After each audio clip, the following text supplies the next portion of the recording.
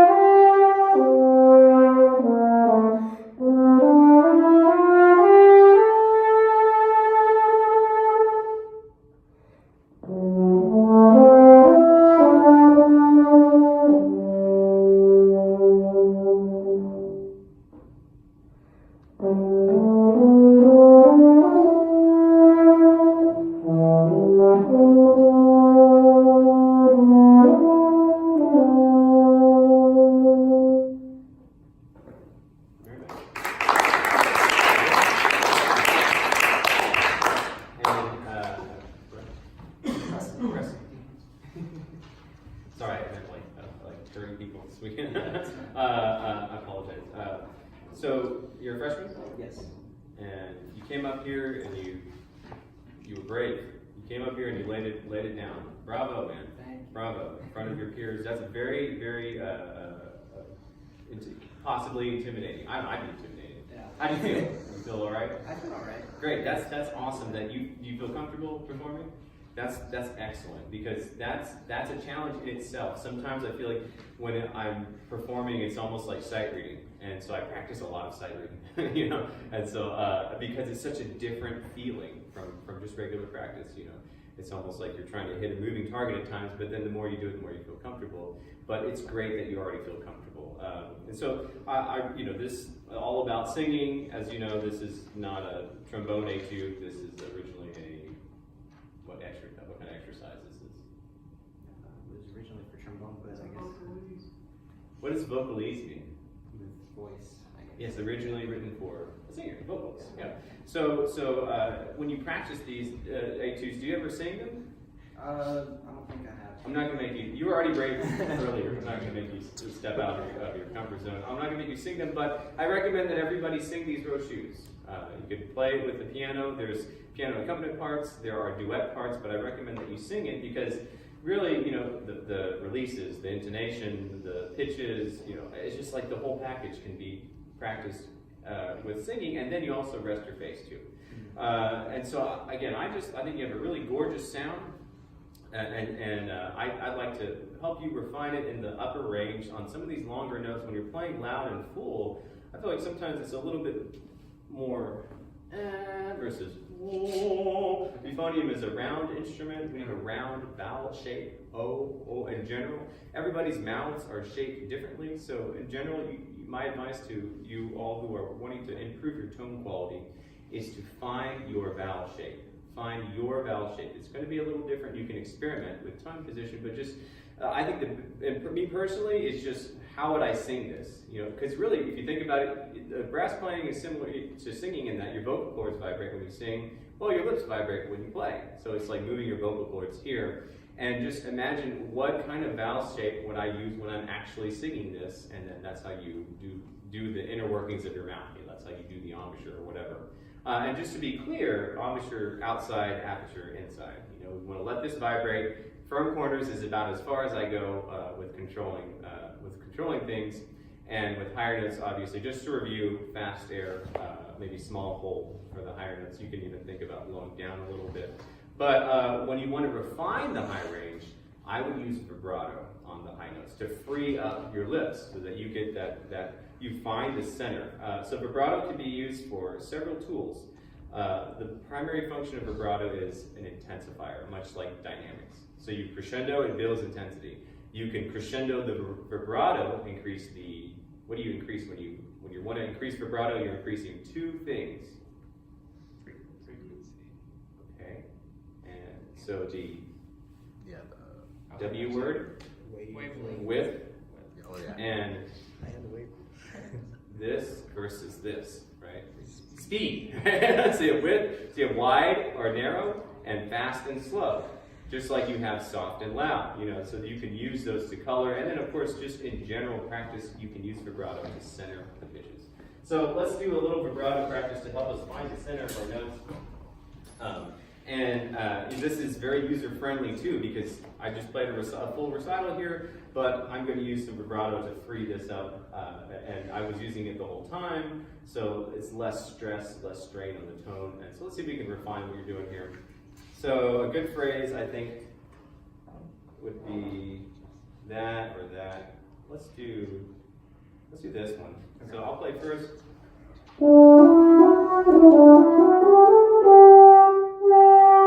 Not careful. See if you can open up. See if you can make a little bit of a round, a shape, and think about the note being more of a sphere shape. Okay. Yeah, just that little line there, and then put it from out of there.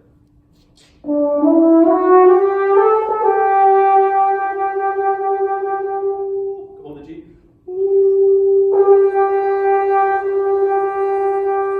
Yeah, do it again without me singing. So you hear that? Everybody say. Now say. Now say. In the voice, in the body of the sound, E is kind of small, A is medium, O just kind of fills it out. You get louder without crescendoing. Do you ever find that happens? Sometimes you hit a note and it just explodes. It's like, wow, this is a full sound. I didn't even do anything. Yeah. So that's the sweet spot. And I think experimenting with the vowel shape will help you develop that. And using vibrato in the high range. What are some exercises you do to help the quality of the high notes? Just scales and stuff, lip squares. Okay. Like that, yeah. Have you ever played the Remington warm-up? Mm-hmm. There's a arpeggio exercise extending the upper register. Basically, it's just a arpeggio starting on G, and then you just go up a finger each time. You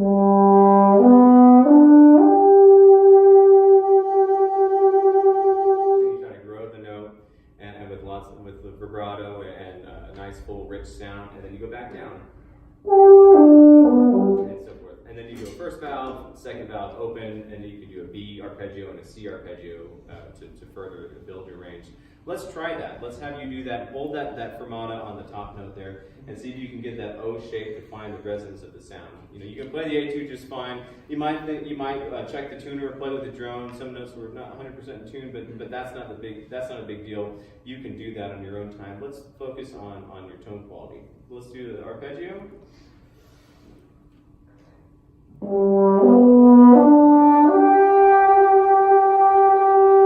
Yeah, that's it. So you hear right when you hit the note, you hear it's more of an ee-oh. It's like your first instinct is to hit it with an ee-oh. So it's almost like you got to be a little more open in the high range. Okay. And that's a misconception. We think high range we got to be firm and maybe really blow the air. You know, but if you want to sing freely. You know, we don't. You know, even Maynard Ferguson. You know, let it blow, right? Let the lips vibrate. And I think the key word is let, and so the vowel shape will help us let this happen. So I think you might maybe just take a step back, just let it vibrate, let it sing it. I would sing this exercise and then play, and then just try to match how you sing it. That's really, I think, the key. And if you can sing with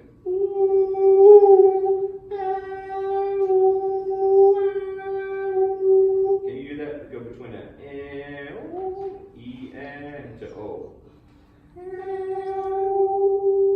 Yeah, and then all of a sudden you hear that your voice grows. So you basically experiment, find your vowel shape. You know, everybody's going to be a little different because we all have different setups. You know, but that's not the important part. The important part is that you need to experiment with different vowel shapes and find the one that gives you that sound. Because then you can grow that from the center and think full, not loud. Full sound. Not fool, but full. Okay, great. Well, that's about all I got for you. We have a couple more people that want to play, so let's go ahead and keep it moving. But great playing today. Tone pole in the high range. Use vibrato to help you find your vowel shape. All right.